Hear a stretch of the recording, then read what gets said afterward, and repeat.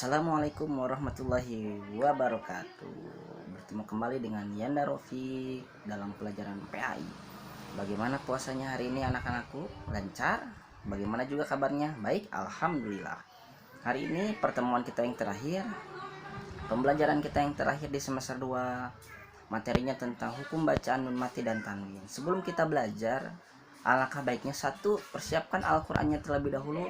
Yang kedua, persiapkan buku tulisnya agar pembelajaran kita semakin mudah. Sudah siap? Oke, kita mulai.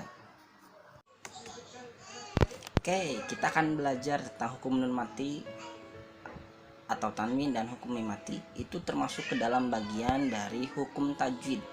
Ya, bagaimana cara kita membaca Al-Quran dengan benar. Sebelum kita belajar, alangkah baiknya kita mengucapkan basmalah bersama-sama. Bismillahirrahmanirrahim. Oke, yang akan kita pelajari yang pertama adalah pengertian hukum nun mati atau tanwin. Hukum nun mati atau tanwin itu artinya ketika hukum bacaan yang terjadi apabila terdapat nun mati itu nun sukun ya, atau tanwin bertemu dengan salah satu huruf hijaiyah. Ya, ketika huruf hijaiyah bertemu dengan nun mati atau tanwin, mereka akan memiliki cara bacanya masing-masing. Ya, nanti kita akan bahas. Yang pertama, hukum bacaan nun mati atau tanwin dibagi ke dalam 5 bagian: izhar halki, idgham biguna, idgham bilaguna, iqlab dan ikhfa. Ya. Huruf-hurufnya izhar itu ada 6: hamzah, ha, kha, ain, ghin, ha. Idgham itu ada 6: lam, ra, ya, mim, nun, wawu. Iqlab itu ada 1: ba. Ikhfa itu ada kurang lebih 15. Ya, yang pertama izhar. Izhar itu artinya jelas. Hurufnya itu ada 6: hamzah, ha, kha, ain, ghin, ha. Jadi ketika nun mati atau tanwin bertemu dengan 6 huruf tersebut, maka dibacanya jelas. Contohnya ada yang di bawah. Ya. Kemudian ada yang kedua, idgham biguna. Guna itu artinya dengung. Jadi ketika dibaca nanti akan sedikit mendengung. Ya, hurufnya ada 4: ya, mim, nun, wawu. Jadi ketika nun mati atau tanwin bertemu dengan 4 huruf tersebut, maka dibacanya dengung. Ya, seperti contoh yang di bawah. Kemudian ada contoh lain. Jadi ingat, ketika misalkan nun mati atau tanwin bertemu dengan huruf ya, mim, nun, wawu, itu dibacanya dengung. Ya, itu dibacanya idgham biguna. Contohnya misalkan isabai siro, 3 harokat, amilatun nasibah. Nah, itu idgham biguna. Yang ketiga idgham bilaguna. Idgham bilaguna hurufnya ada 2: 1 lam, 2 ro. Jadi ketika nun mati atau tanwin bertemu dengan huruf lam dan ro, itu dibacanya idgham bilaguna. Dileburkan hurufnya tanpa dengung. Nah, ini lawannya dari idgham biguna. Ya, jadi kalau idgham biguna tadi menggunakan dengung, kalau idgham bilaguna itu tidak menggunakan dengung. Contoh lainnya, contohnya seperti ini. Tawwabar rahima. Jadi tidak dibaca 3 harokat. Bimu'minil lana. Itu idgham bilaguna. Yang keempat iqlab. Iqlab itu artinya membalik. Hurufnya cuma ada 1, gampang, yaitu ba. Jadi ketika nun mati atau tanwin bertemu dengan huruf iqlab, yaitu ba, maka dibacanya terbalik menjadi huruf mim. Ya, contohnya amadam baida. Ya, itu iqlab. Yang terakhir ikhfa. Ikhfa itu artinya samar-samar. Hurufnya ada 15, cukup banyak ya. Ada ta, sa, ja, da, za, za, sa, syo dan lain sebagainya. Jadi ketika nun mati atau tanwin bertemu dengan huruf yang 15 tersebut, ya, itu dibacanya dengung. Contohnya ada banyak. Ya. Contohnya misalkan birihim sorsorin, ya, atau qaulan sakila. Jadi ketika huruf tanwin atau nun mati bertemu dengan huruf yang 15 tersebut, maka dibacanya dengung. Ya, itu tentang hukum nun mati dan tanwin. Sekarang hukum mim mati. Pengertiannya adalah mim mati atau tanwin,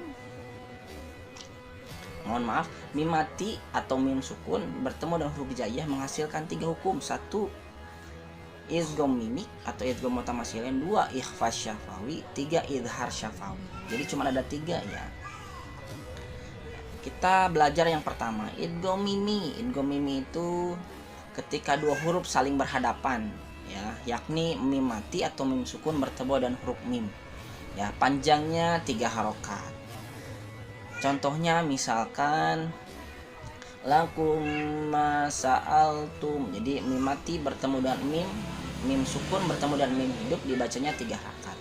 Alaihim muqsadah allazi at'amahum min ju'i wa amanahum min khauf, 3 harokat.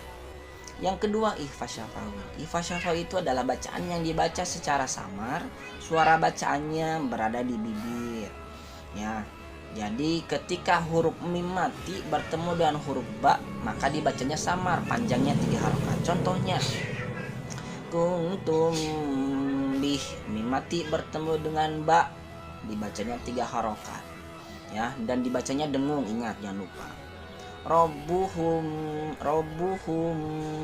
bil ghaib, 3 harokat ya, itu ikhfa syafawi. Yang terakhir idhar syafawi. Idhar artinya jelas, syafawi artinya bibir, jadi dibacanya jelas ya. Ketika mim mati bertemu dengan huruf hijaiyah kecuali mim dan ba, itu namanya idhar syafawi. Contohnya lahum ta'amun, 1 harokat ingat, tapi tidak menggunakan dengung ya. Jadi bukan seperti ini lahum ta'amun, itu salah. Yang benar adalah lahum ta'amun wahum fiha. Contohnya banyak, boleh kalian nanti cari dalam Al-Quran. Hum fiha alaihim qamu innahum kanu amlam tuzirhum. Jadi ketika mim mati bertemu dan huruf hijaiyah selain mim dan ba, itu namanya idhar syafawi. Oke, kita latihan ya, menebak hukum bacaan. 1. Rabbukum zawra jam'ah ya, dan lain sebagainya, boleh nanti kalian cari hukum bacaannya ya. Contoh-contohnya pun sudah ada, boleh nanti kalian buat sendiri tabelnya agar mempermudah ya, mempermudah kalian dalam belajar. Ingat, yang namanya belajar mandiri, belajar di rumah, mau tidak mau kalian harus mulai rajin membuka ulang materi-materi. Jadi kesimpulannya untuk hukum mim mati ya, hukum mim mati itu ada 3. Ketika mim mati bertemu dengan mim, itu namanya idgham mimi. Mim mati bertemu dengan ba, itu namanya ikhfa syafawi. Mim mati bertemu dengan huruf selain mim dan ba, itu namanya idhar syafawi. Cara bacanya pun beda-beda. Kalau idgham mimi dan ikhfa syafawi didengungkan, kalau idhar syafawi itu tidak menggunakan dengung ya. Kemudian yang terakhir perlu kalian ketahui ya, selain kita belajar tentang hukum tajwid, itu ada 3 sifat yang harus kalian pelajarin. 1.